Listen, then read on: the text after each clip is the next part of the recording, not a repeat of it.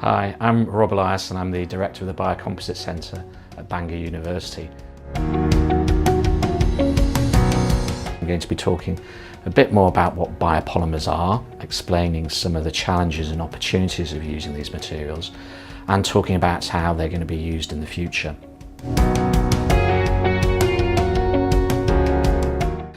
Another challenge that's been put forward regarding bioplastics is land use, and if you look at the actual land that's going to be used to produce bioplastics, because bioplastics come from sustainable feedstocks like starch or cellulose, you can see the actual land use is quite small compared to the other land uses. So land use is not a major factor in terms of production of bioplastics. So there is a real opportunity to look at the agricultural crops that we're growing, not just for food, but for also industrial applications, and also the wastes that are generated from agriculture, how those could be used as feedstocks in the future. So the land use issue, perhaps not as significant as some people think when we're talking about bioplastics.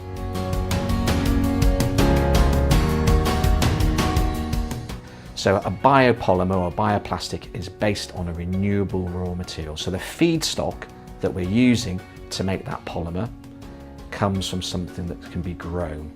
And these tend to be agricultural resources such as sugar, starch, vegetable oils, cellulose, or waste food residues as well, growing interest in using food wastes. They need to be degradable, and there are standards to say how they're going to degrade.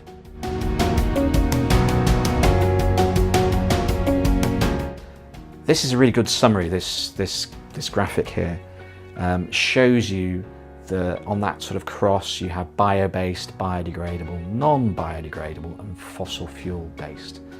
And you can see there's a stretch, a width of different types of polymers that will be, some are bio-based, so they can be made with a feedstock from an agricultural material, and some are made from fossil fuel sources.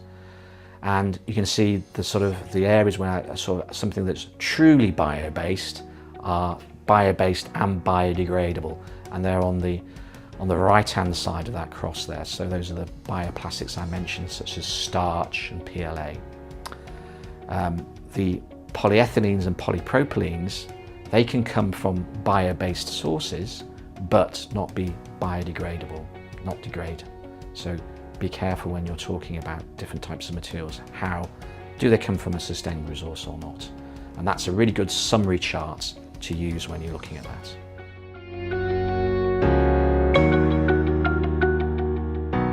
We've got lots of opportunities with biopolymers, but we need to improve some of their properties, their barrier properties, for example, we talked about, their strength, how we're going to make them improve their properties to make them more flexible, for example.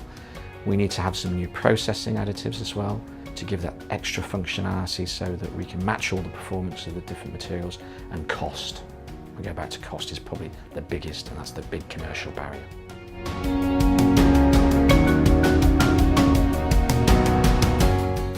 Safe Biopack is the final project I want to mention. This is a big consortium project working with partners in Malaysia, and it has Tesco as an end user of this.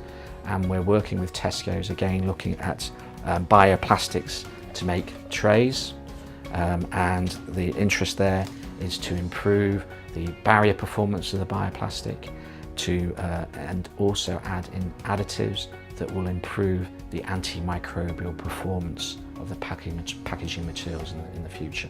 So increasing the shelf life using a natural antimicrobial that can kill bugs on the outside of the packaging, for example. So you help to prevent spread of infections in supermarkets, and having something that at the end of its life will be 100% bio-based, so it can be easily disposed of down a biodegradable route. That's the goal. And we've made some real step forwards here by looking at blends using some very interesting starch materials that are based in Malaysia, from Malaysian suppliers, mixing in those with things like PHA, one of the polyhydroxyl alkanate polymers that I talked about last time. Okay, so I think I've got some useful websites there for your homework. You can go to these different websites, lots of information out there on the net talking about bioplastics, their markets, their technical specifications, and some of the future stuff that's happening as well. The last website there is talking about plastics call for evidence, and that gives you some really good examples of current thinking in the UK of how we can address some of the issues of single-use plastics. So lots of information there for you to have a look at. Thank you very much for listening.